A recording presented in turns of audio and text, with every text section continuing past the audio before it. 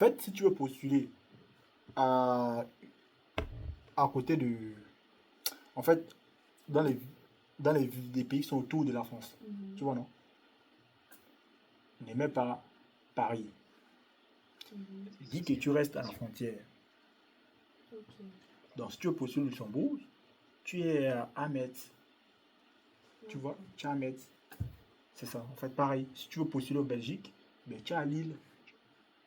Tu vois, tu es à la frontière. Tu vois, et c'est comme ça qu'on fait. Tu vois. Il ne faut pas faire en mode. Il ne faut pas seulement que le recruteur ressente de la lourdeur. Tu vois, par exemple, tu veux travailler en Suisse, alors que tu n'es pas européen, tu n'es pas citoyen européen. Tu veux travailler en Suisse. C'est possible. Mais il y a une lourdeur qui fait que lorsqu'il y aura un Suisse, un Français, un Italien, un Belge, un Hollandais, ils vont venir postuler sur l'offre là, on va te refuser. Tu vois, c'est pareil. Pas parce que tu n'es pas compétent, parce que c'est la lourdeur. On pouvait choisir là où il ne se casse pas trop la tête. Et donc, après ce niveau de l'école, vous avez bien sûr LinkedIn. LinkedIn est un réseau social très intéressant et très riche qu'il faut pouvoir utiliser, mais de façon efficace. Et tous les jours, tu dois augmenter tes abonnés. Tu dois pouvoir envoyer des demandes des réseaux aux responsables d'école, à tes collègues d'école, aux anciens. Même dans la partie école là, il faut intégrer l'alumni des anciens. Tu vois? Il faut intégrer l'alumni des anciens. Les anciens sont passés par la même école que toi, qui ont fait le même domaine là. Il faut intégrer ça. Et tu écris. Là, tu écris en toute légitimité. Il ne peut pas ne pas te répondre. Ou bien il peut te sentir en mode tu es inconnu. Non, tu dis bonjour, je suis tel, je suis. J'ai vu que vous êtes un ancien de l'école.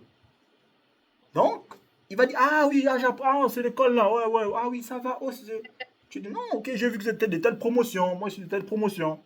En fait, aujourd'hui, recherche l'autre, et puis votre parcours est intéressant. C'est le même parcours que moi. C'est en toute légitimité. Ah, ok, mais écoutez, oh, écoutez, mais envoyez-moi votre CV.